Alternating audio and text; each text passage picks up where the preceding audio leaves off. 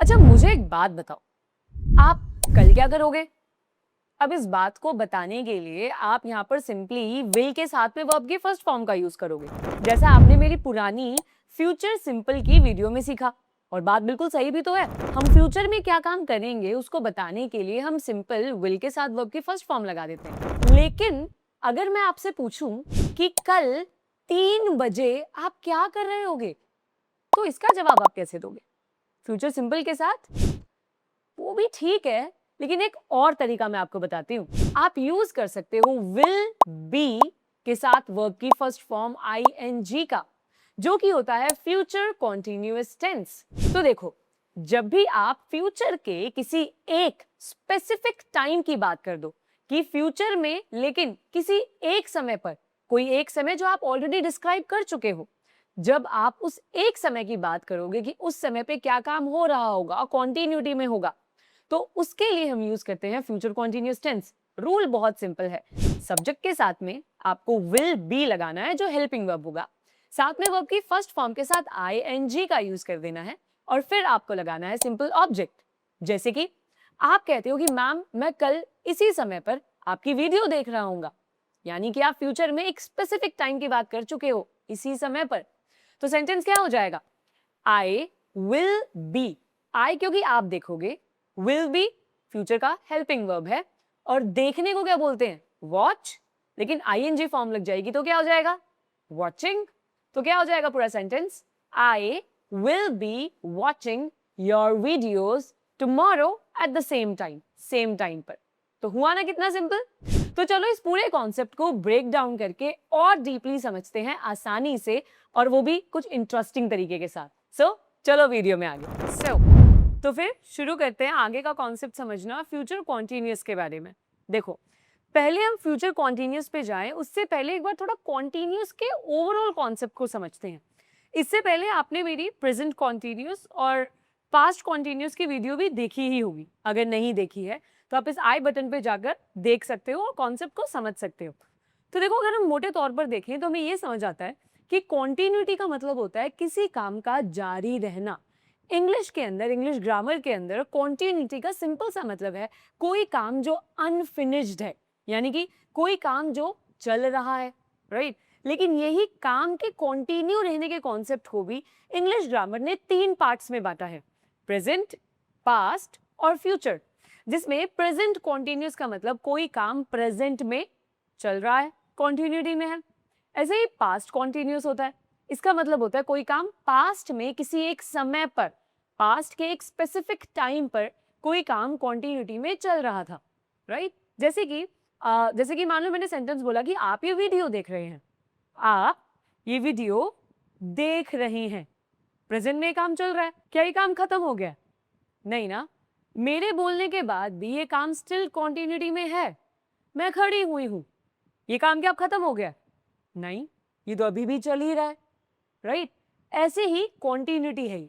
और कॉन्टिन्यूटी कहती है कि आपको वर्ब की ing फॉर्म का यूज करना है, जैसे going, coming, eating, sleeping, standing, wearing, कुछ इस तरीके से, राइट। इसी तरीके से जब आप प्रेजेंट में बात कर रहे हो तो इज एम आर के साथ ing लगा दोगे, जैसे कि I am standing, I am standing. You are watching, you are watching. अब आप देख रहे हो, प्रेजेंट में देख रहे हो और कॉन्टिन्यूटी में काम चल रहा है। सो यू, आप, आर प्रेजेंट में, वॉचिंग कॉन्टिन्यूटी दिखा रहा है, यू आर वॉचिंग, ये प्रेजेंट हो गया। ऐसे ही पास्ट था, राइट।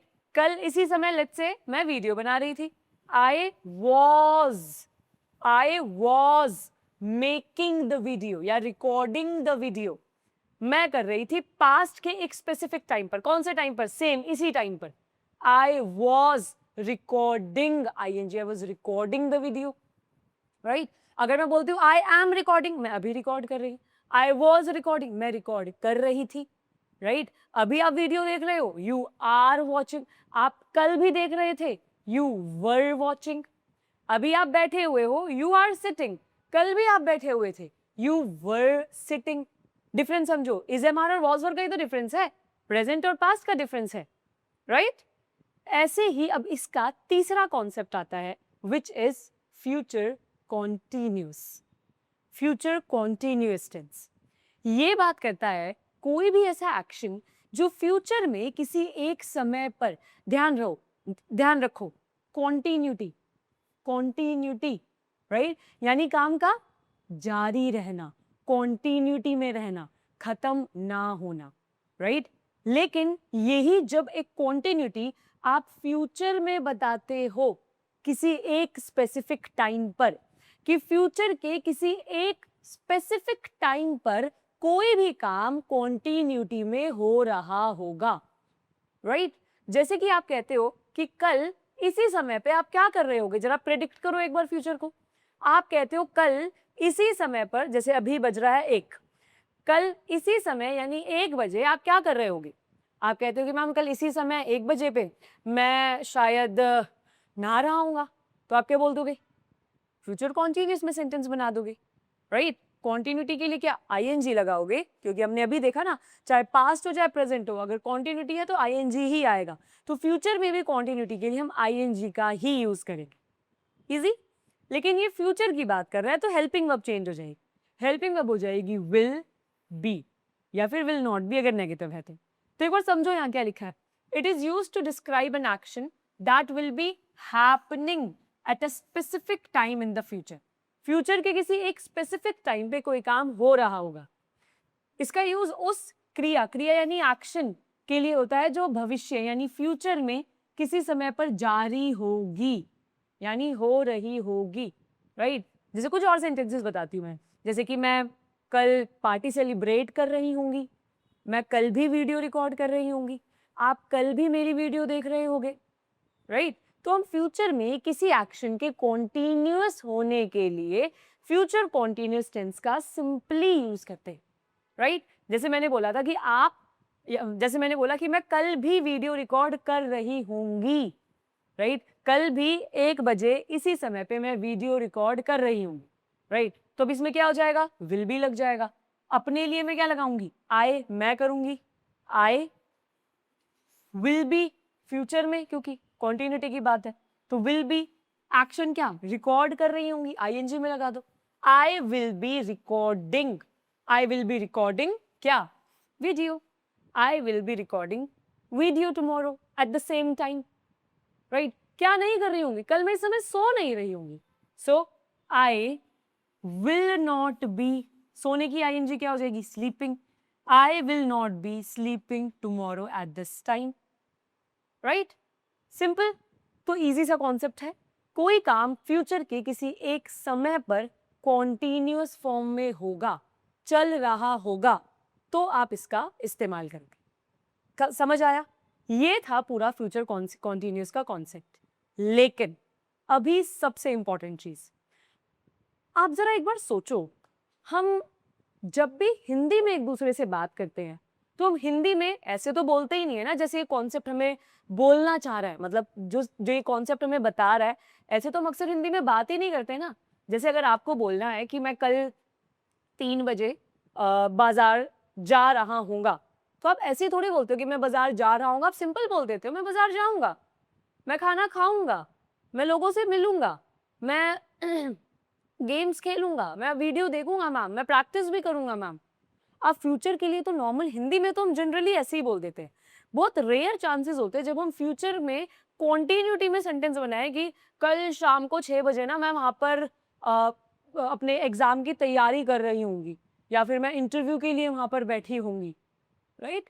सो इस तरीके से हम बहुत रेयरली बोलते हैं हिंदी के अंदर स्पेसिफिकली। हम हिंदी में ऐसे सेंटेंसेस नहीं बनाते हैं, राइट? लेकिन इसका मतलब ये नहीं है इंग्लिश के अंदर ये टॉपिक इग्नोर होता है क्योंकि हम हिंदी में नहीं बोलते। हाँ, उन लोगों के लिए हो सकता है जो हिंदी से इंग्लिश में ट्रांसलेट कर रहे हैं, क्योंकि ट्रांसलेशन के लिए आपको पहले ऐसे हिंदी में बोलना होगा। अगर आप ऐसे हिंदी में नहीं बोलते, आप इंग्लिश में कभी इस टॉपिक का यूज नहीं कर पाओगे। लेकिन इंग्लिश ऐसा नहीं कहती है। इंग्लिश एक अलग भाषा है, हिंदी एक अलग भाषा है।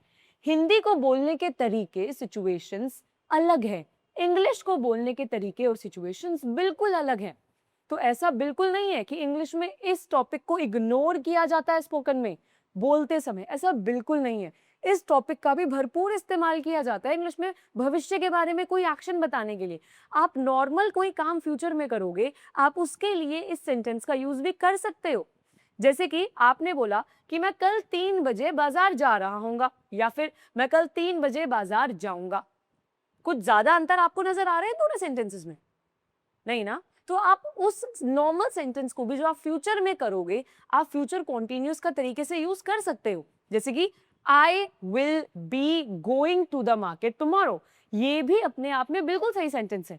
अगर आप ये बोलते हो कि मैं अगले हफ्ते एक नया फोन खरीदूंगा, राइट, आप बोलते हो मैं अगले हफ्ते एक नया फोन खरीदूंगा, तो यहां पर इस सेंटेंस में कोई ऐसा तो आया नहीं है रहा होगा, रही होंगी, लेकिन फिर भी आप इस सेम कॉन्सेप्ट को फ्यूचर कॉन्टिन्यूस में भी बोल सकते हो। कैसे?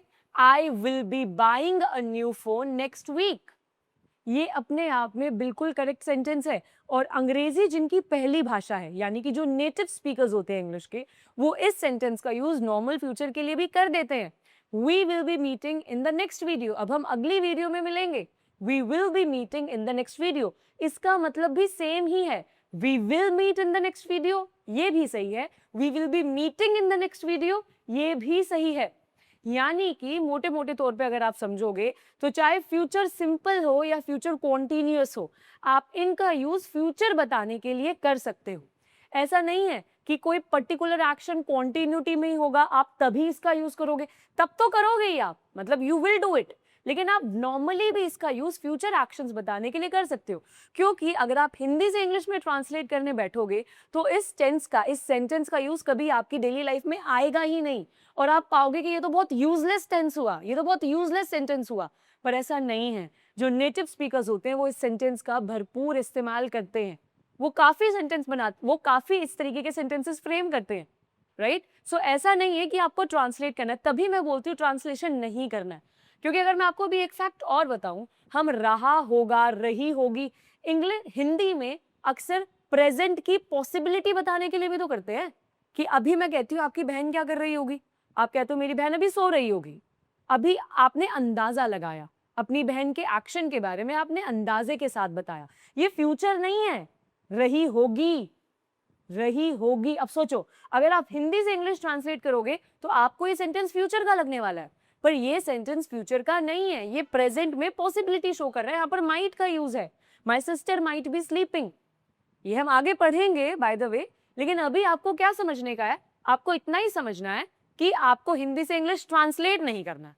ट्रांसलेट करने से चीजें ज्यादा मुश्किल हो जाती हैं। ट्रांसलेट करने से आप ज्यादा क्योटिक फील करने लगते हो। जब आप ट्रांसलेशन करने जाते हो ना, समझो मेरी बात को, जब आप ट्रांसलेट करते हो तो बहुत सारी ऐसी चीजें हैं हिंदी के अंदर जो हम अलग तरीके से बोलते हैं, वो अंग्रेजी में है ही नहीं। और बहुत सारी ऐसी चीजें हैं अंग्रेजी में जो बोली जाती पर हमारी हिंदी में नहीं बोली जाती। इन सेंटेंसेस का क्या?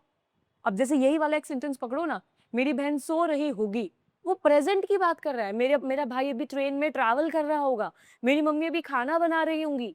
अब इसके अंदर तो मैंने प्रेजेंट की बात करी है, लेकिन सुनने वाला बंदा जिसने हिंदी से इंग्लिश ट्रांसलेट करके सीखा है, वो क्या समझेगा कि यहाँ पे तो फ्यूचर की बात हो रही है ना, फ्यूचर कॉन्टिन्यूस। वो सो रही होगी कल 3 बजे, इसमें भी वही आ रहा है। हो गया ना कंफ्यूजन? इसीलिए ट्रांसलेशन को पूरे तरीके से ब्रेक करो, ट्रांसलेशन नहीं करना है आपको, समझे? दोबारा टॉपिक पे आते हैं तो समझो।